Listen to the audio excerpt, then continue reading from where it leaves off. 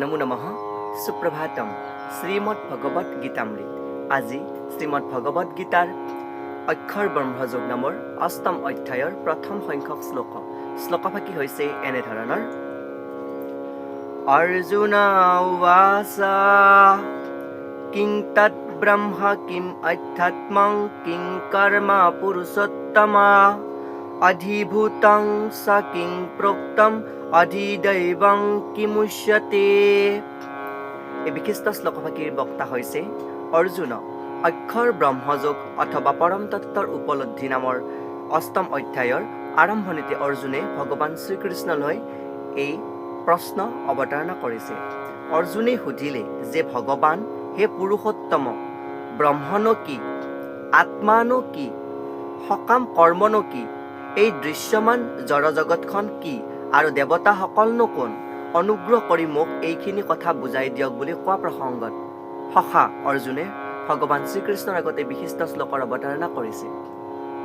সপ্তম অধ্যায়ত অৰ্থাৎ জ্ঞান বিজ্ঞান যোগ নামৰ সপ্তম অধ্যায়ৰ ধুনীয়াকৈ তাত দেৱতাৰ কথা উল্লেখ কৰিছিলে, ব্ৰহ্মৰ কথা উল্লেখ কৰিছিলে আৰু পুৰুষোত্তমৰ কথা উল্লেখ কৰিছিলে।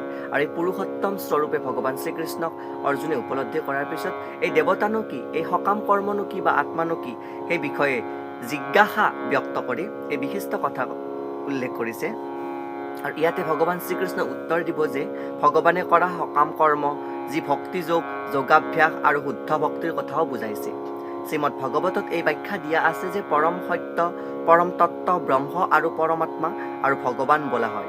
ইয়াৰ বাহিৰে জীৱাত্মা বা গাইগুটীয়া আত্মাটোক ব্ৰহ্ম বোলা হয়। যিটো আত্মাই দেহ, আত্মা আৰু মনক বুজায়, সেই আত্মাটোৰ বিষয়ে অৰ্জুনে প্ৰশ্ন কৰিছে। বৈদিক অভিধান অনুসাৰে আত্মা শব্দই মন, আত্মা, দেহ আৰু ইন্দ্ৰিয়সমূহক বুজায় বুলি ইয়াতে ভাষ্যকাৰে ভাষ্যৰ তাৎপৰ্যাৰ্থত উল্লেখ কৰিছে। অৰ্জুনে পৰম পুৰুষ পৰমেশ্বৰক পুৰুষোত্তম বুলি সম্বোধন কৰিছে, যি পুৰুষৰ উত্তম বা সৰ্বশ্ৰেষ্ঠ। গতিকে এই যথাযথ উত্তৰ দিবলৈ সক্ষম পৰম বিজ্ঞ ব্যক্তি বুলি অৰ্জুনে ভগৱান শ্ৰীকৃষ্ণকে বাছি লৈছে। আৰু তেওঁৱেই সকলোৰে কৰ্তা ধৰ্তা বুলি যিহেতু উল্লেখ কৰিছিলে, তেওঁৰ ওপৰত সমস্ত ন্যস্ত কৰি এই জিজ্ঞাসু ব্যক্ত কৰিছে। আৰু পৰৱৰ্তী পৰ্যায়ত ভগৱান শ্ৰীকৃষ্ণই এই কথা অক্ষৰ ব্ৰহ্মযোগত অৱতাৰণা কৰিব। এয়াই উক্ত বিশিষ্ট শ্লোকফাকিৰ সৰল গুৰাৰ্থ। ধন্যবাদ।